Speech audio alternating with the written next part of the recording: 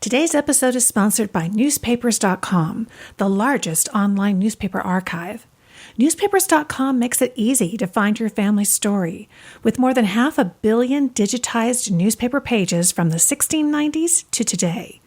Search for obituaries, marriage announcements, birth announcements, photos, and more in papers from across the United States, the UK, Canada, and beyond, stretching back 3 generations. For listeners of this podcast, Newspapers.com is offering 20% off a Publisher Extra subscription. Just use the coupon code FamilyTreeMagazine at checkout. That's code FamilyTreeMagazine, all one word, for 20% off Publisher Extra.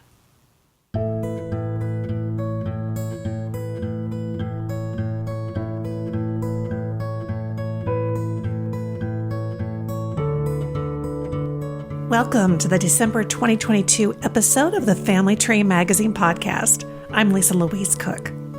Today we're going to be taking a look at those who actually witnessed your ancestors' lives. Genealogy blogger Robyn Smith is here to provide strategies from her article. It's called Witness Testimony.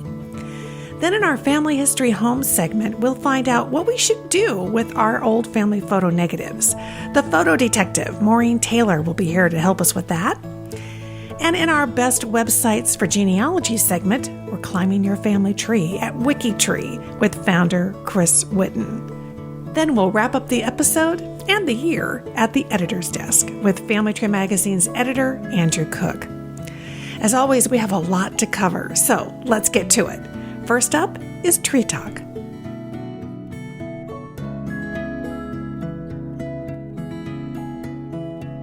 Well, Family Tree Magazine's social media editor, Rachel Christian, has her pulse on what's trending in the world of genealogy, and she's here right now to help us kick off this episode. Hi, Rachel. Hi, Lisa. Thanks for having me back. Always enjoy starting off each episode with you, and love to hear this month. What have you got your eye on? Well, given that the holidays are coming up, I thought we'd take a moment and talk about some genealogy, family history gift ideas.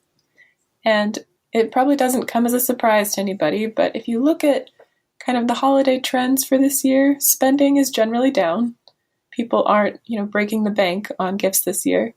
So I thought we would just talk about a few ideas for maybe less expensive, more DIY genealogy gifts that your loved ones might just like better. So firstly, one of our favorite ideas at Family Tree when it comes to gifts is creating kind of a DIY genealogy kit where you bring together different items under a certain theme. So, for example, if you put together, a notepad and some pens and paper, a new can of bug repellent, some small garden shears, and maybe like a kneeling pad, you have a DIY cemetery research kit to give to your favorite cemetery enthusiast. And you can, make them as big or as small as you want. You can choose to invest in certain items and then maybe have lower cost items to fill in the rest. But it's an easy alternative to maybe, a website subscription or a DNA test kit, which, the family history lovers in your life might already have. Oh, that's a great idea. Thank you, yeah. And of course, you can have a bunch of different themes too, library research kits, just whatever the family historian in your life loves to do in regards to genealogy. One other idea, and this is one that I'm hopefully planning to execute this year, is if you're aware of any gifting traditions in your family that maybe the newer members haven't experienced, resurrecting those this year. For example, my grandmother, she made stockings for all of her kids and all of her grandkids, and they are a very specific type of stocking. She followed the same pattern, and she would decorate them with patches according to, what that person liked. Different things, like mine, for example, has a rocking horse and a little angel. They were very personalized, and she would stitch our names on them in sequence. And she's unfortunately passed away, but I thought that I would resurrect that tradition and gift a stocking to my husband, who doesn't have one. So I can give him that and, teach him a little bit more about my grandmother and how much we all loved that tradition growing up. And those are just a few of the ideas. Of course, we've got way more, both DIY ideas and gift ideas on FamilyTreeMagazine.com. And we'll, of course, have the links in the show notes for those. I really like those ideas. I have to think about what are some of the things that we did when I was a kid, and pass those on. It's a great opportunity for those conversations, like you said. Yeah. Wonderful. All right. Well, I think that was a great way to kick off this episode. Thank you so much, Rachel. Thanks so much, Lisa.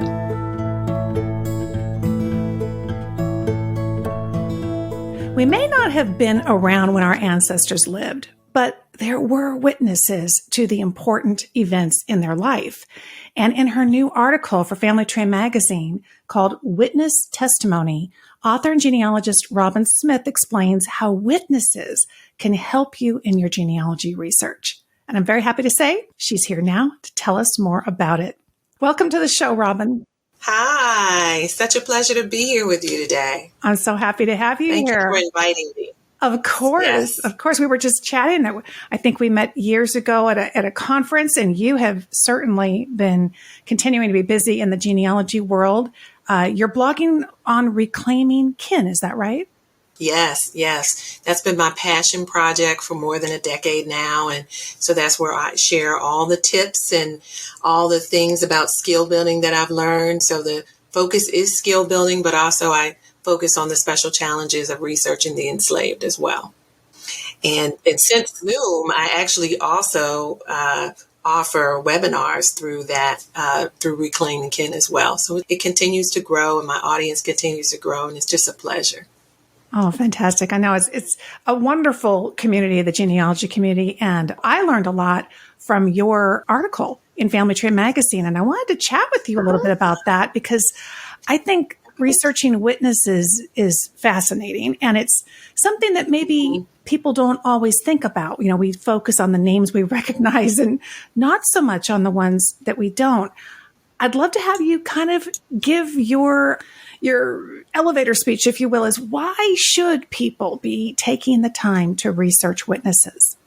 So most of us in the genealogy community, eventually we hear about this thing called cluster research. And we hear this phrase, the fan club, that genealogist Elizabeth Shown Mills conceived, this friends, associates, and neighbors. And I would consider witnesses and bondsmen in that fan club, in that cluster. And simply put, they can just help us find more family. That's the benefit of researching the people, these individuals, and the records in which they find them. We can break through some brick walls, and it can also tell us about the community ties and some of the customs in that time and place. So witnesses and bondsmen are always my secret research strategy, and I hope will be yours too. Now, you mentioned bondsman, and that might be a new term for folks. You know, we might be used to seeing perhaps an immigration record or a birth record, and we see witness. But bondsman, explain to us what that is. This is one of those terms in genealogy that has a slightly different meaning historically than it does today. And so by bondsman, we just mean someone who pledges a sum of money as a bond for another. And sometimes in these records, we might see that they're called a surety. You might see that term used. And so you can see the difference between that and a witness is that there's a financial obligation involved. And so you can imagine, I always try to tell people it's similar to co-signing a loan today. And most of us would probably not co-sign a loan for people that we didn't trust or that we didn't know very well. And so if you can keep that concept in your mind, that's the value and the benefit of researching those witnesses and bondsmen. Oh, absolutely. I mean, gosh, when there's a financial tie, there's some kind of relationship there. And I guess if we can research them, that might lead us back even to more records of our own ancestor. So absolutely. What kind of records are we going to find witnesses? And even more specifically, this term bondsman, what kind of records are we looking for? So the big ones we think of course, marriage bonds. We hear that phrase a lot. So marriage records, almost all deeds are going to have some sort of witness involved, wills, and there are also the other records of probate. So executors and administrators often have to have bonds. If you're going to serve as guardian to someone, typically that person has to have a bond as well. And so those are sort of the big ones. We can also think of court cases, civil court cases when you're trying to secure someone's appearance at a future court meeting. And actually have seen the courts go after that bondsman if that person doesn't show up. So some of these records can get pretty juicy. And of course, I think a lot of us are probably familiar with military pension records and Southern claims. So I would consider those witnesses who are going to provide their testimony. They might not be there in person, but you're going to have a body of people involved in those records as well. The only thing that I would caution people to watch out for is sometimes it really is just the county clerk or a local lawyer or local justice of the peace. So it's in researching that witness or that bondsman that you'll find out the relationship, if there is any, to the person of interest that you're researching. That's a really good point. Good kind of warning up front. I'm wondering, as you're looking at witnesses, do you kind of go after them primarily because you're wondering, are they related? Or is it also about that fan principle where they may not be related, but researching them might actually lead me to more about my own ancestor because of their whatever their relationship was? Do both of those play into the way you approach them? I would say both. I'm actually really excited when I see a witness or a bondsman because the curiosity serves you very well in genealogical research, as we know. It's a good thing to be nosy when you're a genealogist. So I want to know, why is that person there? I mean, that's the question that I'm trying to answer.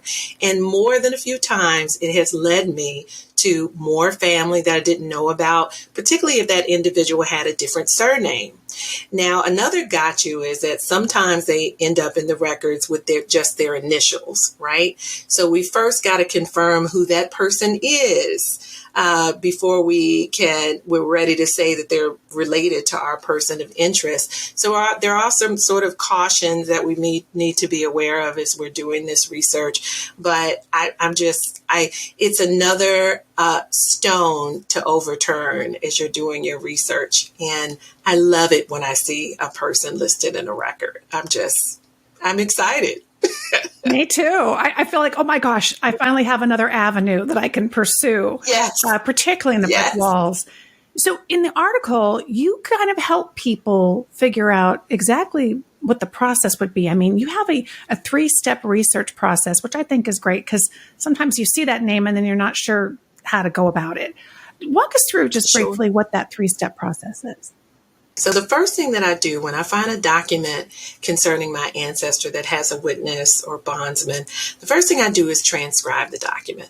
I want to make sure that we all kind of, are comfortable with the practice of transcribing, but that's going to make sure that you are actually reading every single word in that document. It's going to help you notice all of the details that you might miss if you're just looking at it in its current format. There are a lot of great free tools available to use for transcribing. There's GenScriber, there's Transcript, and I would also recommend Family Tree's cheat sheet on reading old handwriting. So that becomes very handy when you're doing this transcription. So the second step is to then do the research. I always say you want to research in a variety of records, and I actually research the person as if they were my ancestor already. So I'm looking in census records and deed records and court records and everything else, trying to establish who this person is. And the things that we learn along the way are not just that this person is in this time and place, which is very important to us as genealogists, but it also gives us a hint as to how old the person was. And it also gives us a hint about their literacy in terms of whether they sign with their mark or whether they sign with a signature. So it's in this second step that you probably uncover that the person is related to your family when you're doing this deep research. The third step is to actually research the laws, because as we know, laws govern everything about the sources that we use in genealogy, and they're going to govern who can serve as a witness and a bondsman, how old that person has to be, and also how many were necessary. So we need to be aware that these laws are going to differ from state to state or colony or a locale, and also throughout time. So I look at the published state laws that I can find in databases like Internet Archive and HathiTrust and Google Books, but you can also visit your local library, law library, and your archives if you've really got to do some deep digging. So those are the 3 steps that I recommend. Transcribe the document, research the individuals you find, and make sure that you research the laws. Fantastic advice. And I know you bring many stories to your readers at Reclaiming Kin. Tell us the URL address and what they will find there at your website. Oh, thank you so much. So it's www.reclaimingkin.com, one word. And I call it a genealogy teaching blog. And what I mean by that is I might start off with something from my family history, but every single post is meant to teach a skill. And so every post there talks about a methodology, a strategy, or a resource. So it's not just about my family history. It's about helping all genealogists to grow their skills and also meet the special challenges of researching the enslaved. So I'd be really happy if your listeners would come to the blog, take a look, sign up for my mailing list, and I'll send you a free PDF of all my favorite research tips. Robyn, thank you so much. We'll all look forward to your article, Witness Testimony, in the Family Tree magazine. And I look forward to hopefully talking to you again soon. Thank you. Thank you so much for having me on today, Lisa.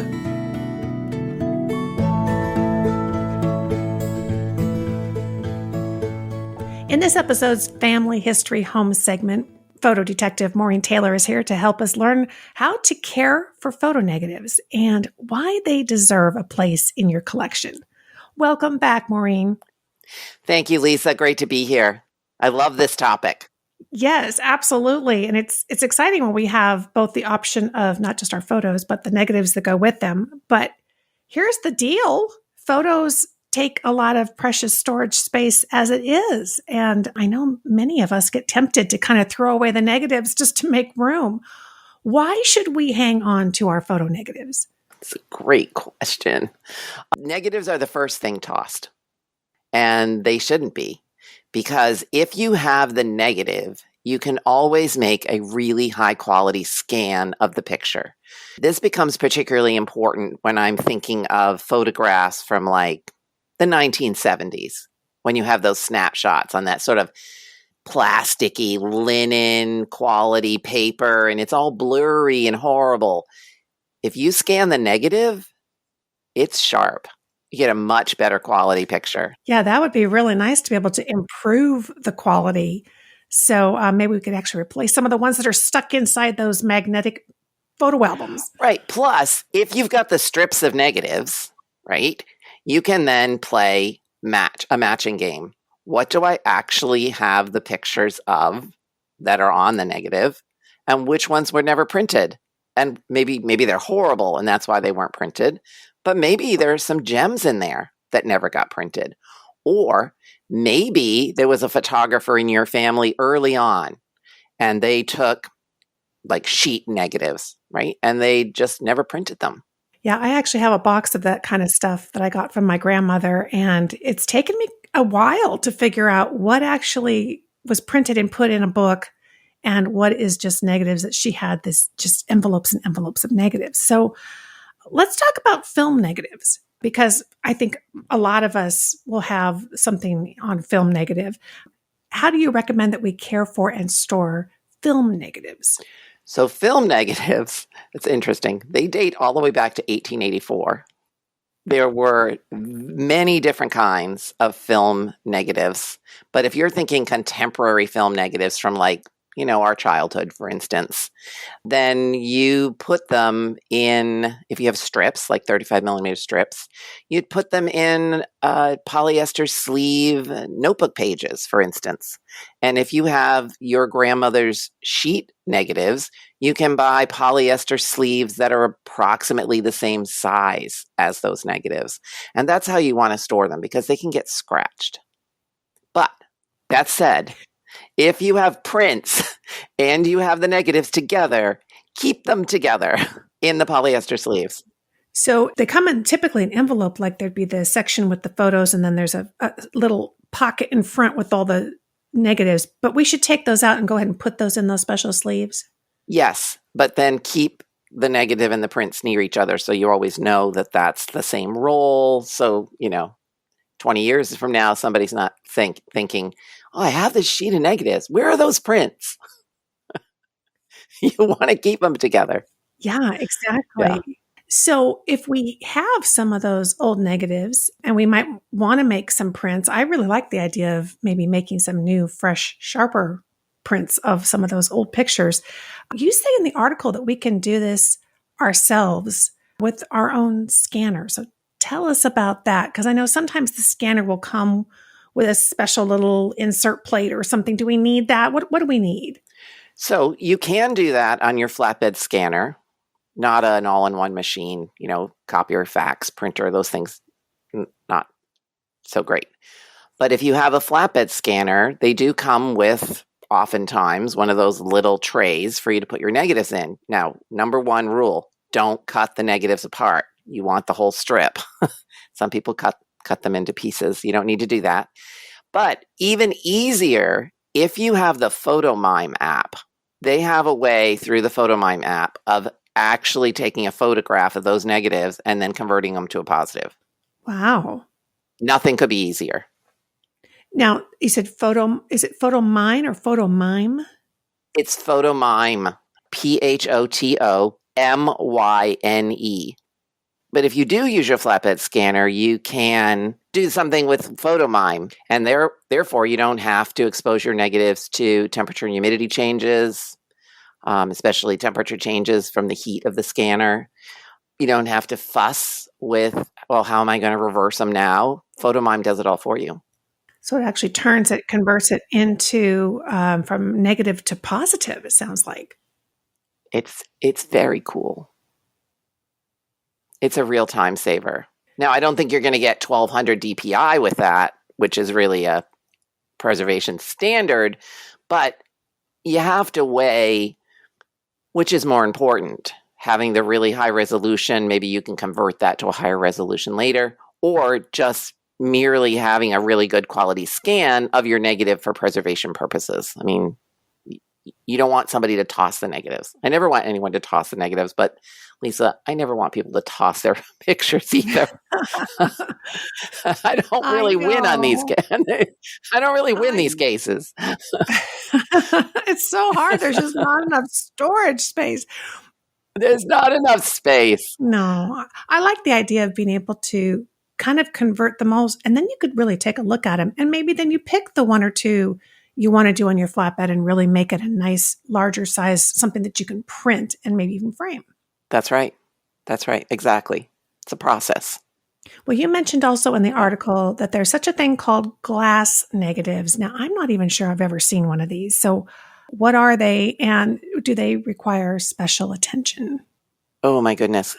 You would not believe how many glass negatives there are out there floating around in the world, in basements, and we call them yard sales here in the New England, yard sales, antique marts.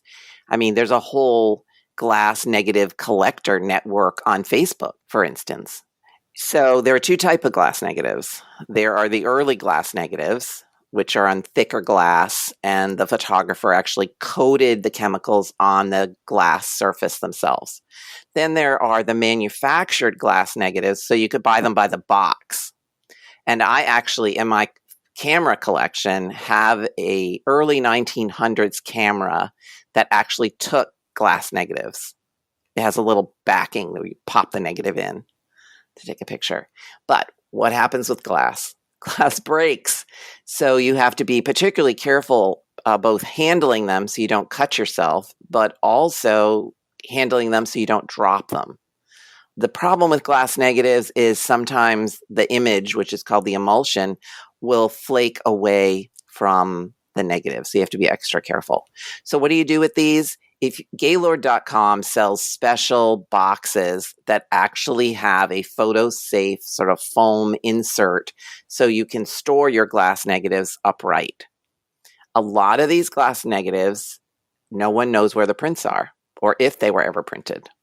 Again, the photographer has the camera, and I have proof. I think it's a 1900 camera. And did they actually have a darkroom in their house to print those negatives? Did they think they were going to eventually print them? We don't know. I can tell you the worst kind of negative to have in your collection. Disc film, Lisa. Disc film. Do you remember disc film? Yeah. When was that? Oh, when was that? It was the shortest lived format.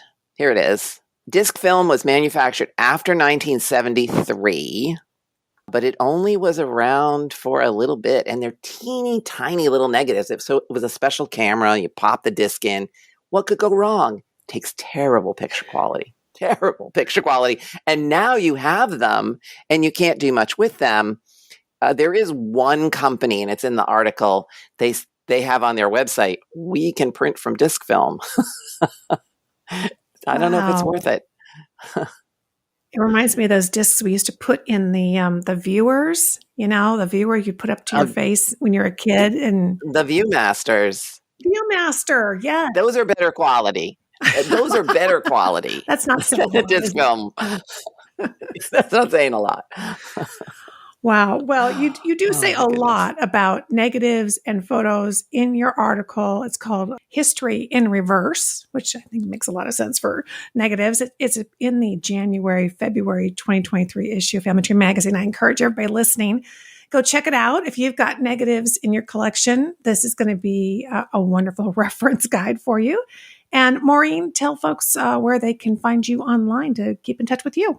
Sure enough, anyone has any questions about the negatives in their collection, and I'm sure you do, you can reach me on all social platforms as Photo Detective, and you can email me at photodetective@maureentaylor.com. Love to hear from you. Thank you, Lisa. Wonderful.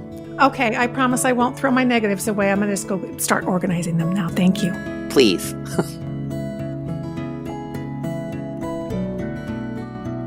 In this episode segment of the best websites for genealogy, we are going to be talking about WikiTree.com. And here to tell us more about it is the founder and president of WikiTree, Chris Whitten. Welcome to the show, Chris. Thanks, Lisa. I appreciate you having me here. I'm so glad to have you here today as well. We are always interested in those websites that are going to help us build out our family tree, learn more about our family history. And WikiTree has been doing that for several years. Tell people about what you do at WikiTree. 14 years now. It's actually been around 14 years.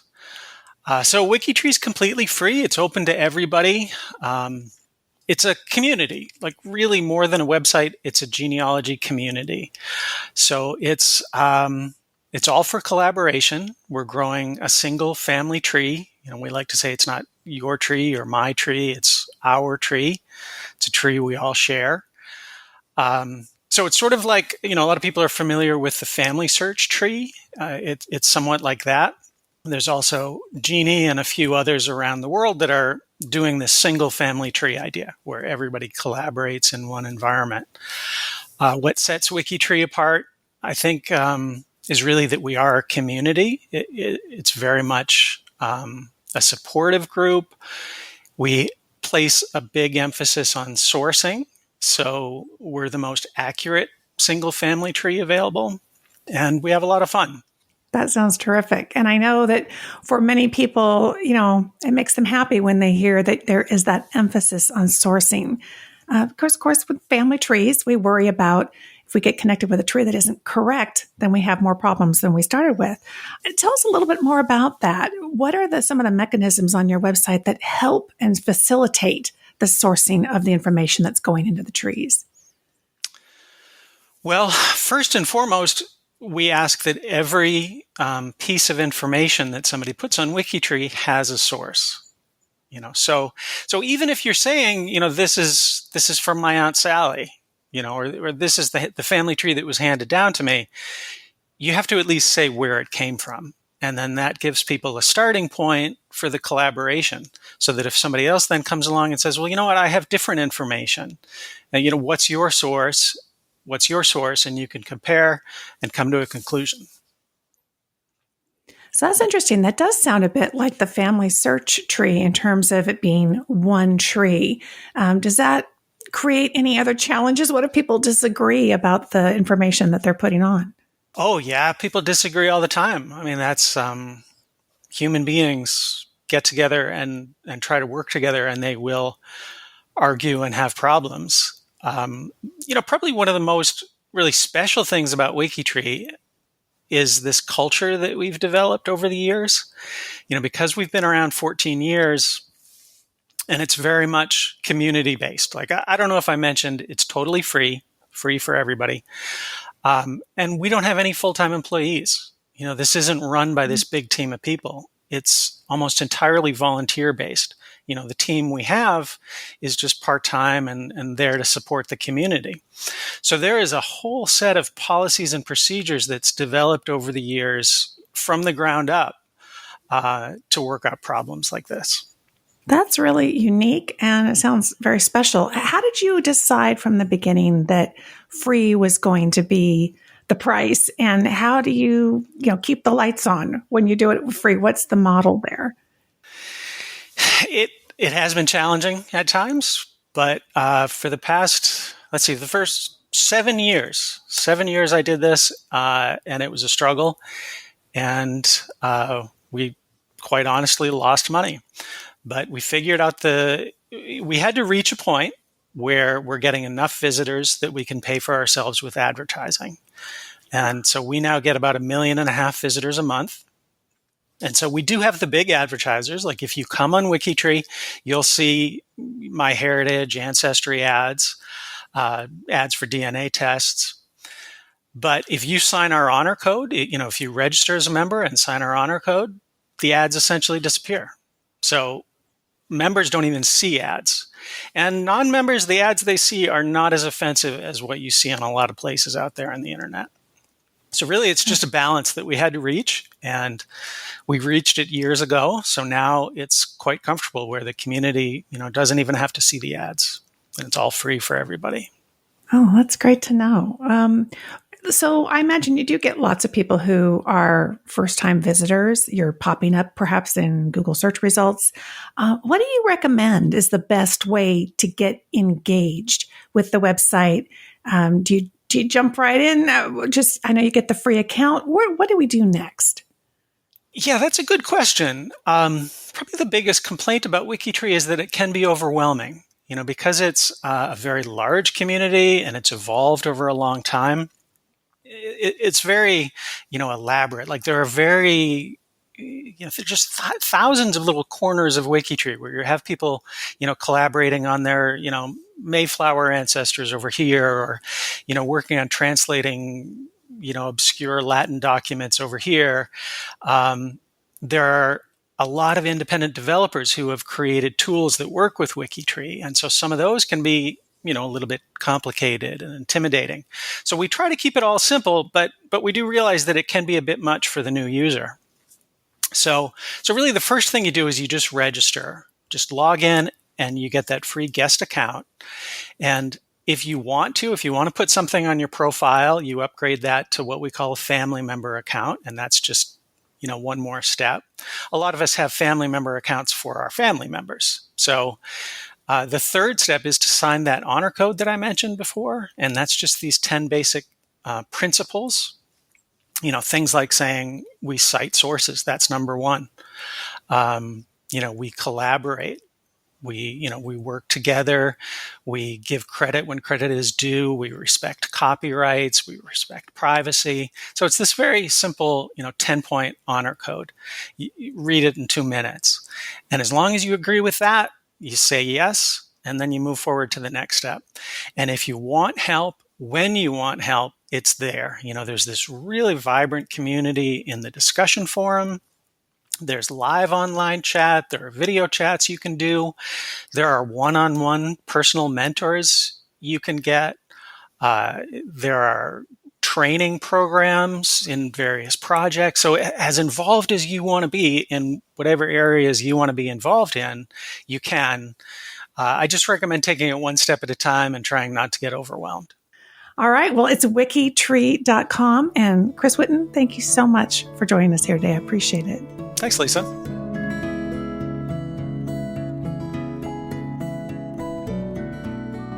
Well, it's time to wrap up this episode of the Family Tree Magazine podcast, and let's head over to the editor's desk, to the editor of Family Tree Magazine, Andrew Cook. Hi, Andrew. Hi, Lisa. Well, we've had a jam-packed episode, and we're wrapping up a whole year. Would love to hear what's on your mind at this time of year.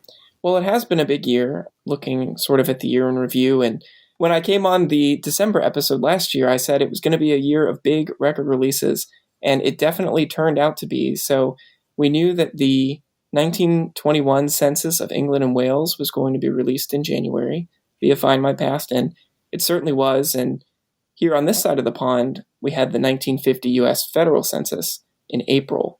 And one of the big highlights of that collection, in addition to being a once-in-a-decade kind of event, was that it launched, for the first time, the U.S. Census launched with a preliminary AI-generated index that made it so that you could search names immediately upon the census's release instead of waiting for individual websites to create their own indexes or waiting for volunteers to manually crawl through them. So that was obviously a big boon for researchers and a really great story to follow throughout the year as people keep finding things out about their ancestors from that new document.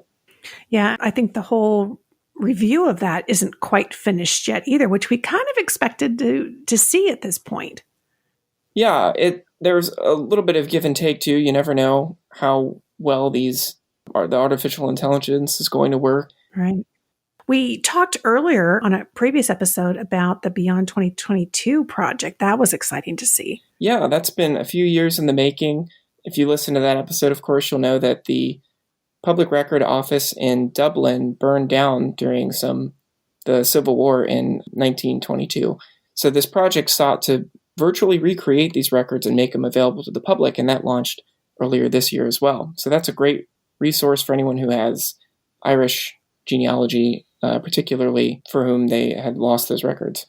In addition, another sort of brick wall for people had been the infamous New York City vital records, which for a long time were pretty heavily restricted by privacy records. Well, in a surprise move, the New York City Municipal Archives created this Vital Records project, and there are now 10 million birth, marriage, and death records available through that site. And I'll have links to these and all the other projects that I'm talking about in the show notes. Terrific. And something that is coming up soon in the new year of 2023 is going to be Roots Tech. And we're seeing a shift there too, right? Yes, earlier this year, the Roots Tech conference that usually takes place in Salt Lake City was virtual again. And so attendees had access to hundreds of new videos that were added to their on-demand library. We, of course, exhibited again. And it was a great opportunity to learn more about genealogy and pick up different research strategies. And more recently, Roots Tech announced that their 2023 conference will once again be in person in Salt Lake City, which is so great. Get to see everybody again. We'll be there if you want to come and say hi at our booth. But if you're not able to attend, they announced that the conference will be both virtual and in person. So you sort of get the best of both worlds. Yes, absolutely. It's kind of neat that they're going to have both, and people who can't make it there in person will get a chance to continue with the videos. Yeah, and they discounted the registration fees this year. So it'll hopefully open that up for more people to be able to join us. Exactly. Now, what else can people be watching on their screens? Yes, speaking of things to watch and things to watch online, we had some big genealogy TV shows return this year. After multiple years in hiatus, Who Do You Think You Are came back to television, which was very exciting. And of course, we had a new season of PBS's Finding Your Roots, as well as BYU TV's Relative Race. So no shortage of TV shows for genealogists to tune into this year. That's for sure. I didn't expect to see Who Do You Think You Are come back, so that was kind of nice to see. Mm-hmm. Yeah. And then we've got to wrap things up with technology and the genealogy sites. What did you see along those lines, and what do you think you're going to see in the next year?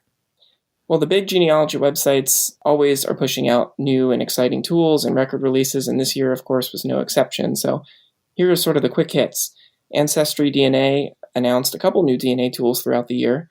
One was its side view technology, which allows for phasing, essentially, which is separating your DNA from your maternal and paternal sides. And recently, they announced that they are actually able to label which sides are maternal and which are paternal Previously, the side view was just able to tell you that one was one and one was the other. They couldn't tell you which came from which parent.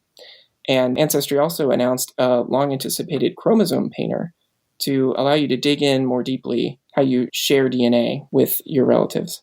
In addition, on the photo side of things, Ancestry released new photo editing, colorization, and enhancement tools through a partnership with PhotoMine, which is a great kind of asset there for those of you who are uploading family photos through that site.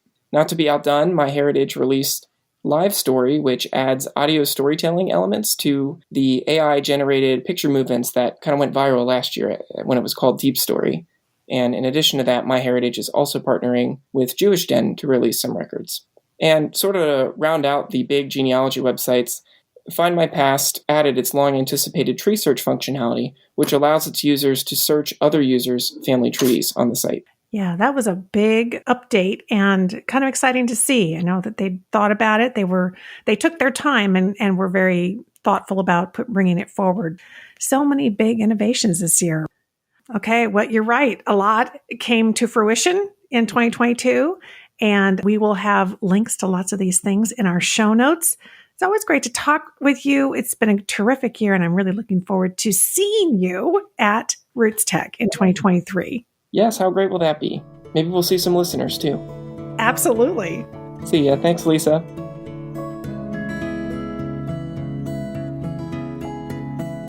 Well, that wraps up our December 2022 episode of the Family Tree Magazine podcast, the show from America's #1 genealogy magazine.